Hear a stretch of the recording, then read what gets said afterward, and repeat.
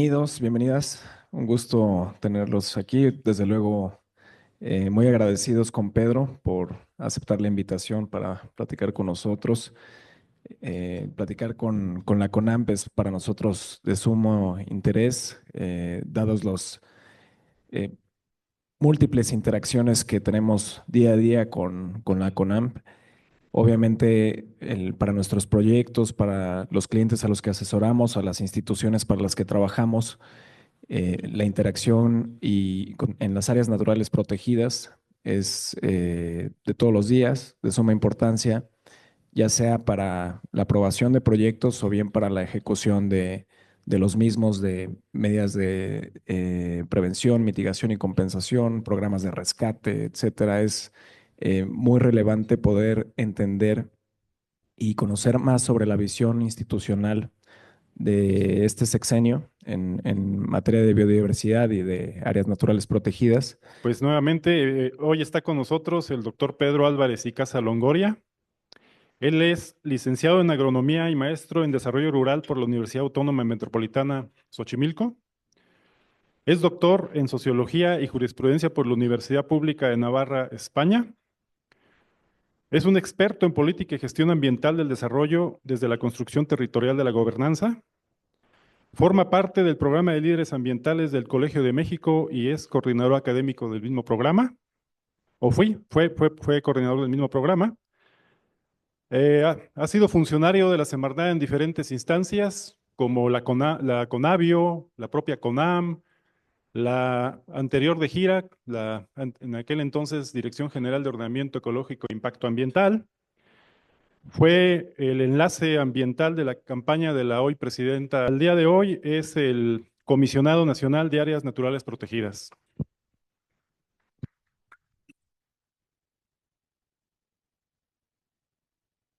Eh, Primero, quiero dar el contexto. Existe, como saben, el acuerdo de Común-Montreal de la CBD, del Convenio de Diversidad Biológica. Se planteó un nuevo paradigma que, mira, mejor, espero que los que están enseñando vean, pero un nuevo paradigma que tiene que ver con otras medidas efectivas de conservación. Es decir, que nos hagamos de la caja, ¿no? Hay que salirnos de la caja y buscar otras medidas que sean efectivas para poder conservar la biodiversidad. Estos mecanismos de conservación justamente no debe presentarse dentro de ANPs existentes, que debe ser gestionada y manejada adecuadamente con los actores dueños de ese espacio, debe tener una conservación in situ efectiva y debe aportar valores significativos a la conservación. Es decir, el valor de la conservación debe ser considerado. Y por supuesto, ejemplos que tenemos muy claros en este contexto son los sitios Ramsar, los sitios de protección de humedales y las SUMAS, las unidades de manejo de vida silvestre, los bosques certificados que maneja la CONAFOR, como otros ejemplos. Y entonces, para que una sea reconocida como una OMEC, es necesario y es muy importante que tenga un conocimiento por escrito de los actores involucrados. Casi siempre es así. El decreto de unidad protegida debe pasar por un proceso de consulta, pero aquí hace falta además un conocimiento previo informado para que sea poder aplicado. Más adelante va a entender por qué empecé por los OMEC, porque lo que quiero plantear es a ustedes de que los esquemas de evaluación ambiental y de gestión de proyectos consideren. Ahorita mismo Luis Miguel me planteó un caso concretito de una ADBC como una opción de conservación y manejo que creo que es un poco el futuro de esta conciliación de lo que dije cuando empecé a hablar, ¿no? Entre unos visiones y otros. La siguiente, por favor. Quien me conoce sabe que de ahí soy yo, ¿no? Yo tengo años trabajando con los corredores biológicos y nos parece que la gran virtud que tiene la política de los OMEC es justamente buscar la conectividad entre áreas protegidas, entre la zona núcleo, zona de amortiguamiento, y que esta conectividad, que puede ser natural como un río, como una vertiente de una cañada, o puede ser una cima, puede ser incluso una corriente de vientos que lleva biodiversidad de un lado a otro, nos parece que pueden ser sumamente valiosos y se pueden proponer. Cosa curiosa, los corredores biológicos no son parte de la LGEPA. Tienen años, pero no existen en la LGEPA. Están en la Ley General de Cambio Climático, ¿no? Y eso porque me preguntaron en su momento, pero me parece que sería un instrumento idóneo para el cumplimiento de otras medidas efectivas de conservación de los OMEC. Entonces estamos planteando en la nueva ley poner a los corredores biológicos como una categoría de manejo. Hoy te voy a explicar al final cómo lo estamos imaginando. Pero por supuesto tenemos la reserva de la biosfera, que quizá es el modelo que México más adoptó en la segunda mitad del último tercio del siglo pasado hasta la actualidad.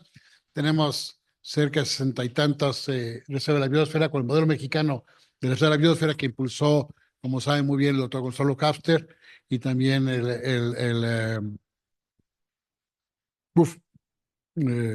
ayúdame David, Gómez Pompa, gracias, ¿sí?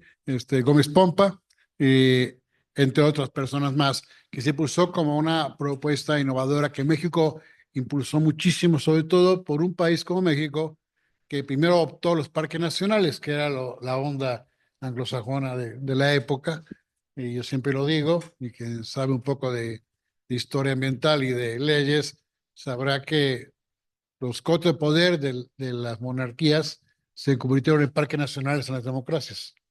Y así fue el cambio.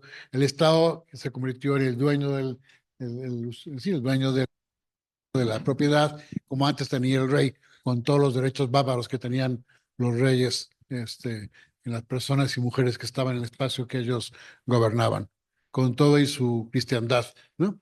Eh, eh, entonces me parece que el Parque Nacional para México ha sido un instrumento poco eficaz, porque no se expropia, porque genera muchas tensiones con las comunidades, crea una doble identidad en el manejo. Por ejemplo, el desierto de los Leones, quien lo conoce, sí, es un ejemplo perfecto de este problema de gobernanza. Y en general los parques en México pues, están habitados. El 95% de nuestra propiedad está habitada, tiene historia agraria importantísima. Entonces creamos un modelo que no era un modelo para México, por eso las reservas de la biosfera fueron la solución a ese conflicto. Y recordarán hace unos años el gran debate con el Valle de Toluca, ¿no? Que era Parque Nacional de Toluca, y resulta que había cultivo de papa por siglos, pero eso sí, era el Parque Nacional de la Papa, ¿no? Y entonces, al cambiarlo a la protección de flora y fauna, se armó un debate casi internacional, ¿no? Por cambiar la categoría. Y también, si con esto no la historia, y vale la pena que lean ese libro de Parques Revolucionarios, una traducción que está circulando, por eso yo tengo los libros en la CONAM, yo les voy a traer uno a cada uno, pero se los mando, porque tengo una bodega con estos libros y yo me quiero deshacer de ellos. Es un libro de Emily, no me acuerdo su apellido, la mujer que es una traducción del inglés que hizo Eugenio Fernández. Es un libro que habla sobre la historia de los parques en México y cómo se convirtieron en un instrumento de mediación y de solución de conflictos.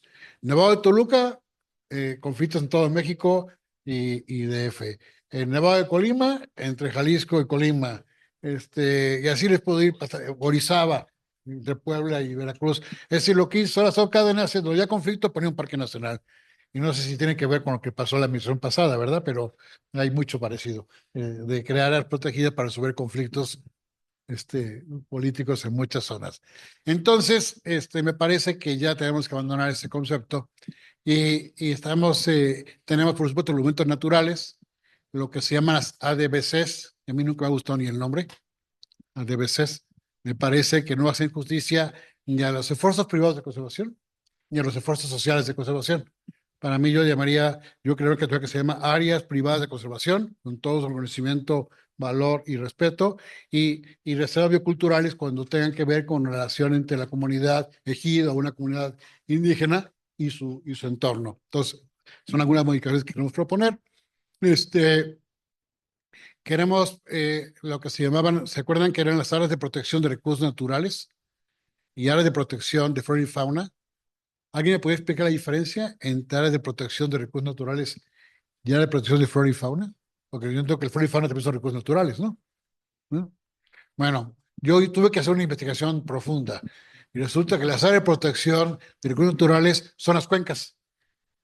Está destinada a proteger las cuencas. ¿Y por qué lo llamamos así? Área de protección de cuencas hidrológicas, y se acabó el problema. Y las otras que serán de protección de recursos naturales, de flora y fauna. Y es, por supuesto, los santuarios. Entonces, los que tenemos actualmente son estos y queremos justamente ir transitando a otros esquemas que permitan instaurar actividades económicas compatibles con la conectividad y que mantienen esta composición, estructura y función de los elementos naturales. La siguiente, por favor. Entonces, ¿cómo estamos planteando estas regiones culturales como un concepto nuevo? Y voy a insistir mucho en ello. Primero, pues reconocer que existe un buen manejo. Se calcula que el 60% de las plantas silvestres son recolectadas de ecosistemas. Sé que 3.000 especies de plantas tienen alguna forma de manejo. Existen una larga lista de usos tradicionales de especies de plantas útiles, maderables, no maderables, insectos que son comestibles, más de 500 especies, sistemas agroforestales como formas tradicionales de uso y manejo de las especies nativas. Existen también, como ustedes lo deben saber, una importante domesticación de especies que son de la región mesoamericana.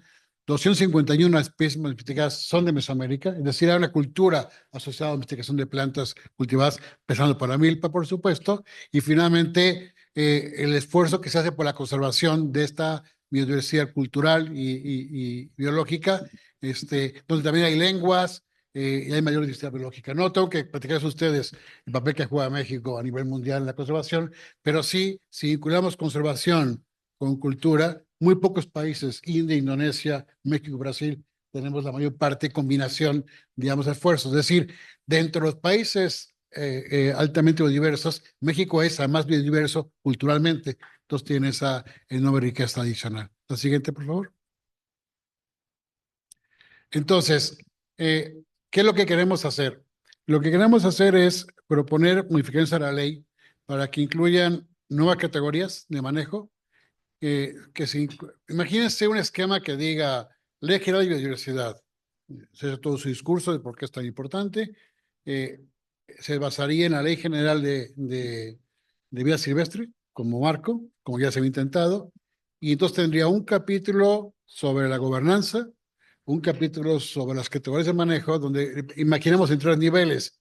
Quien conozca la ley de Costa Rica le llama Ley General de Conservación o la Política General de Conservación. Y tiene un primer capítulo que son las ANPs, las que he mencionado. Un segundo capítulo que llama OMEC. Bueno, no dice OMEC, pero diría OMEC, otra medida de conservación. Ahí estarán corredores biológicos, reservas bioculturales, UMAS, reservas de certificados comunitarios, y un tercer grupo que pondríamos todos los esfuerzos de conservación de la biodiversidad, lo que acabo de decir. Esa sería la política nacional de conservación. La idea es incluir esfuerzos de protección binacional o trinacional, por ejemplo, Selva Maya, con Guatemala y con Belice, incluir como una reserva trinacional, y todos los esfuerzos de conservación estatal que existen muchos ejemplos. La más famosa es la Reserva del Cielo, ¿no? En Tamaulipas, pero hay muchas más, muchísimas más que podía poner como ejemplo y que podíamos sumar a este sistema mexicano de conservación. Me gustaría llamarle nacional, pero así se llama el actual, el SINAP.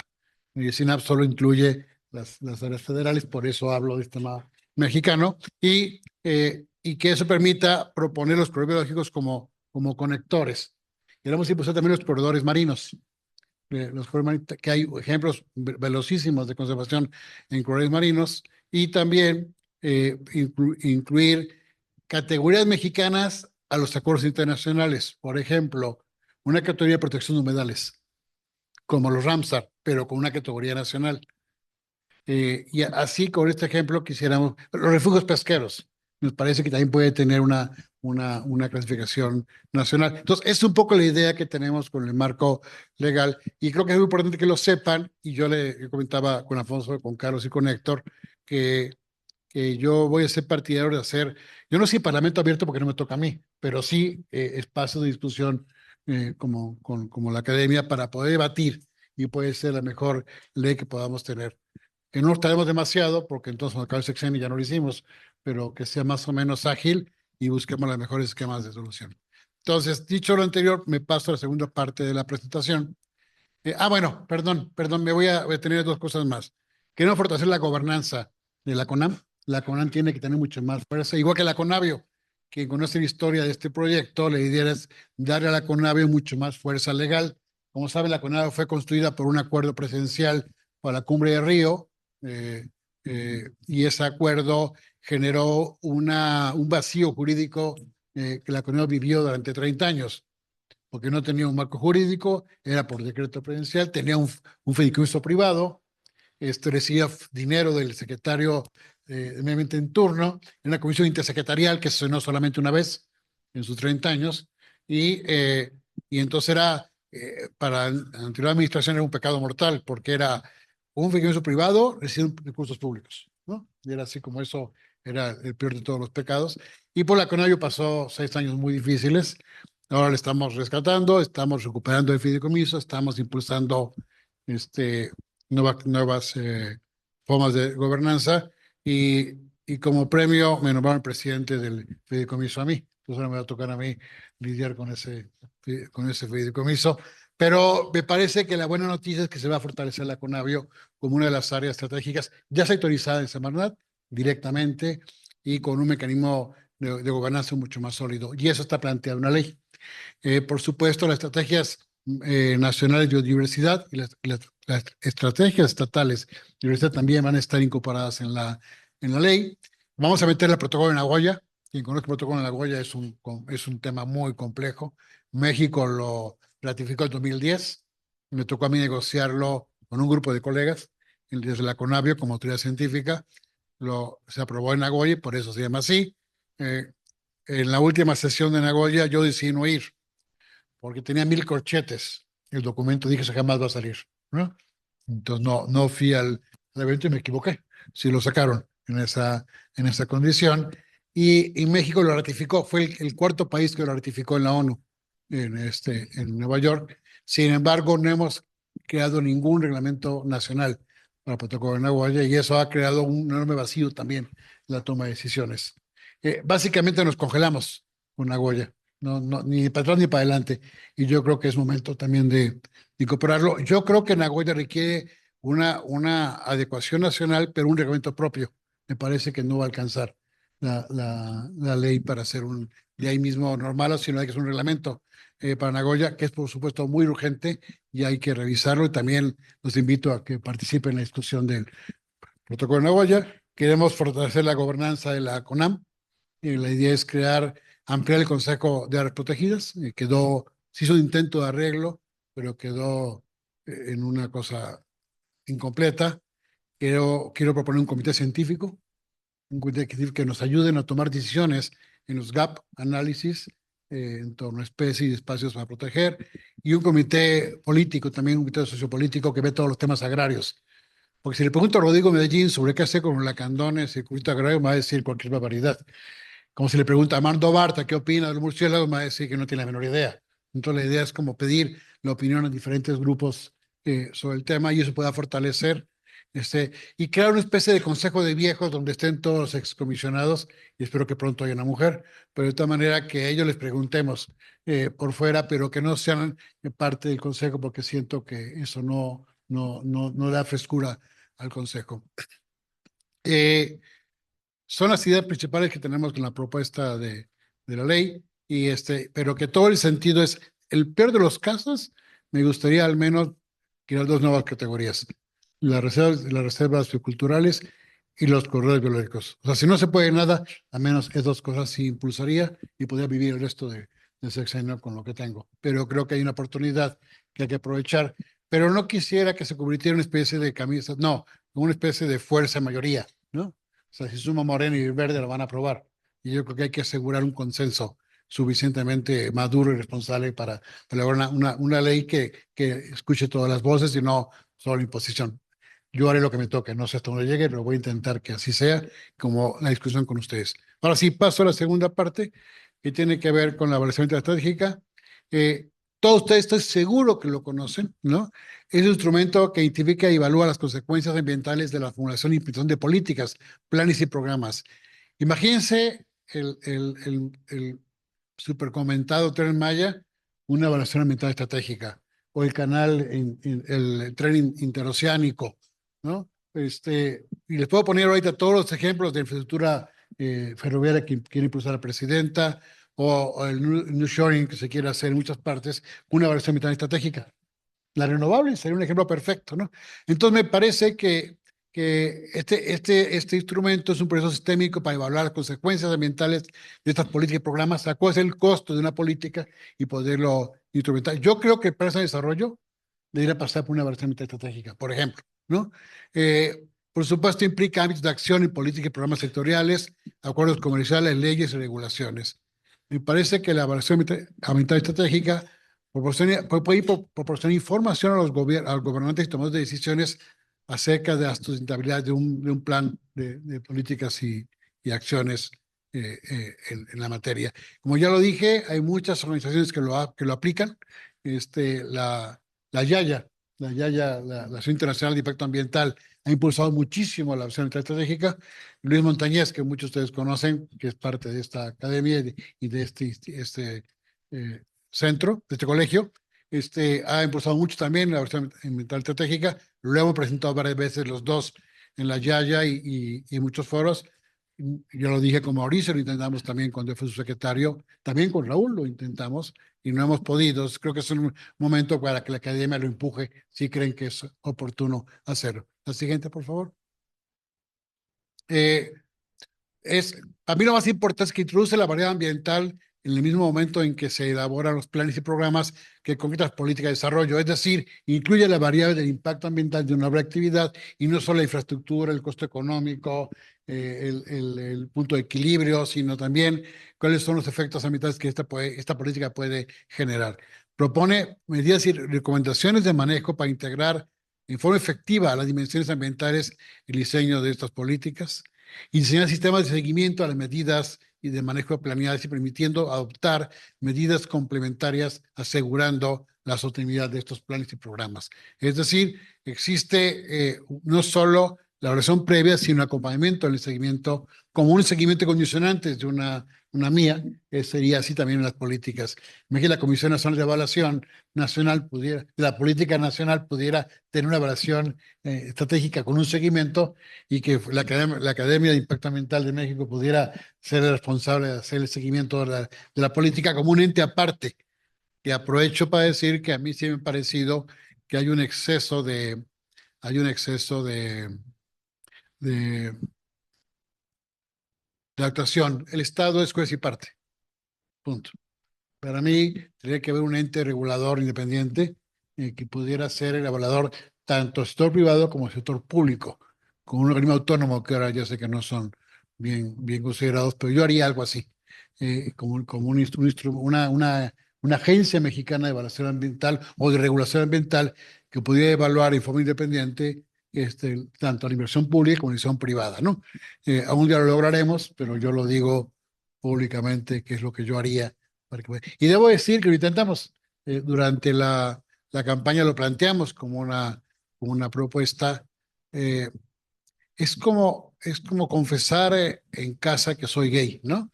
O sea, causa mucho conflicto, ¿no? Eso es una cosa como que incomoda a la familia, ¿no?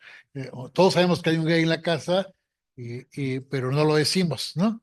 Como si fuera una vergüenza ser gay y no fuera parte de la naturaleza humana. Bueno, eso nos pasa para mí con la autonomía de la gestión ambiental y un día, cuando seamos más transparentes, lo vamos a poder hacer.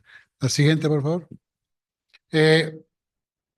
Me parece que el concepto de sustentabilidad, y no me quiero pelear mucho con el concepto porque yo sé que siempre es debatible, sostenible o sustentable, ¿no? Y ahí nos pasamos años peleándonos con el concepto, si la traducción del inglés de sustainable, o si esto es sustentable porque está soportado en algo y por eso crece, y luego cuando se queda torta sustentable, dije, ya me rindo, ¿no? Ya, cualquier cosa es sustentable. Entonces, ¿se acuerdan de los taxis verdes? Los taxis ecológicos, ¿no? Los Volkswagen que eran verdes, entonces ya eran ecológicos porque eran verdes, ¿no? ¿No? Pues esas cosas seguimos viviendo. Entonces me parece que una de las grandes virtudes de la relación estratégica es que puede medir los impactos indirectos, acumulativos, sinérgicos y de gran escala, regional y por cierto transfronterizos. Quien se acuerde del TLC, el artículo 10.7 había impulsado la evaluación ambiental transfronteriza. No lo logramos, ¿no? Era una cosa de impacto, que Canadá pudiera opinar sobre el manejo forestal en Michoacán porque impactaba la imposta monarca en Canadá, o el lleno sanitario de sus peligrosos en Arizona, México pudiera opinar sobre el impacto que va a generar su peligroso en nuestra frontera, o el tránsito de la ballena entre los tres países, la ballena gris. Entonces había ejemplos maravillosos, no lo logramos. Hubo un solo momento que lo hemos logrado y fracasamos y ya nunca más se logró. No quiere decir que nunca se pueda, pero creo que hay que considerar este tipo de consideraciones. Hay que usar valor especial en las ciudades ambientales y naturales y probablemente los impactos indirectos, acumulativos y sinérgicos. Y por supuesto, muy importante los impactos globales. Cambio climático, que no era tan considerado antes, aunque sabíamos de él desde los 60s, los estudios de Rolando García, desde la complejidad encargado por el Sistema Meteorológico Mundial. En los 60 le pidió un estudio de los impactos ambientales que estaban provocando las grandes hambrunas. ¿Por qué se moría de hambre gente en la India cuando al mismo tiempo la India exportaba arroz? ¿Por qué los pastores de Nigeria y Kenia, que antes tenían ciclos de 50 años en las pasturas que recorrían todo el centro de África, de repente están muriendo de hambre? Porque le habían atravesado una serie de fronteras que no les dejaba cruzar los ciclos naturales de su ganadería transhumante. Es decir, ejemplos de impactos al sistema más allá de la caja y que empezaron a proponer la complejidad como un modelo de gestión más allá para crear estos conceptos de evaluación. Como algunos ejemplos que yo he vivido. Y finalmente, permitiría esta evaluación hacerla dinámica, es decir, una política que puede ajustarse y definir cuál es la estrategia más adecuada y no una caja de entrada y salida, que le pasa mucho a ustedes en el impacto ambiental. Prenden un proyecto y el diálogo con la autoridad es un diálogo de sordos, ¿no? Que se convierte en último día y función adicional. Y los lleva, ya sé que todos llevan hasta 3 años esperando resolutivos, ya rompieron todos los récords de lo que dice la ley, hasta 6, ¿no? Pero si fuera un proceso dinámico de diálogo entre la autoridad y el promovente, se convierte como una especie de caja negra. Se mete todo ahí y sale un día resolutivo que no tiene que ver nada con lo que se haya platicado durante meses. Yo haría un esfuerzo abierto. Por cierto, abierto quiere decir documentado, transparente y claro sobre eso. No en un café, no en una comida, en un restaurante elegante en Polanco, sino en una oficina pública con cámaras donde se discuta los proyectos. Yo haría eso. No haría un esquema de salida, porque por supuesto que las comidas son muy buenas, pero puede generar cualquier confusión en los acuerdos que se realizan. Y no tengo problema con las comidas. Lo que tengo problema es con la transparencia de la toma de decisiones y preferiría que fuera un proceso mucho más abierto del proceso. La siguiente. ¿Cuáles son los instrumentos clave? Por supuesto, que quien se encargue de eso sean las agencias que hacen las políticas. O sea, la evaluación debe ser responsabilidad también de quien la propone. Debe aplicarse en una etapa temprana, o sea, muy al principio de una propuesta y no a toro pasado, ¿no? Ahorita nuestra subsecretaria Liliana Villalobos tiene que evaluar en muy poco tiempo los nuevos trenes. Estamos como a 6 años, y te volteo a ver a Luis Miguel, yo sé la que sufrió, porque ahora hay que volver a evaluar otra vez contra el reloj. Quizá hay unas consideraciones más serias, hay un poco más de preocupación, dejó lecciones muy fuertes el Tren Maya y me parece que hay oportunidades de cambiar un poco el modelo. Pero yo insisto que el modelo no es uno por uno, sino hay que buscar un mecanismo transversal de evaluación. Segunda consideración, siempre hay que buscar alternativas. O sea, esta es la propuesta, ¿cuál puede ser la mejor? Entre la B y la C, medir los riesgos o costos de una opción a otra y sobre eso tomar la decisión. O sea, que no sea la autoridad la que modifique el trazo, sino que sea las opciones que presente el promovente. Por supuesto que hay un reporte público de evaluación en la toma de decisiones y finalmente, como ya mencioné al principio, una supervisión y monitoreo debe ser parte del proceso. O sea, no termina cuando entrega la evaluación, sino parte de un proceso de evaluación. Creo que ganaríamos muchísimo tiempo y certidumbre si hiciéramos un mecanismo así. ¿Sí? Gracias.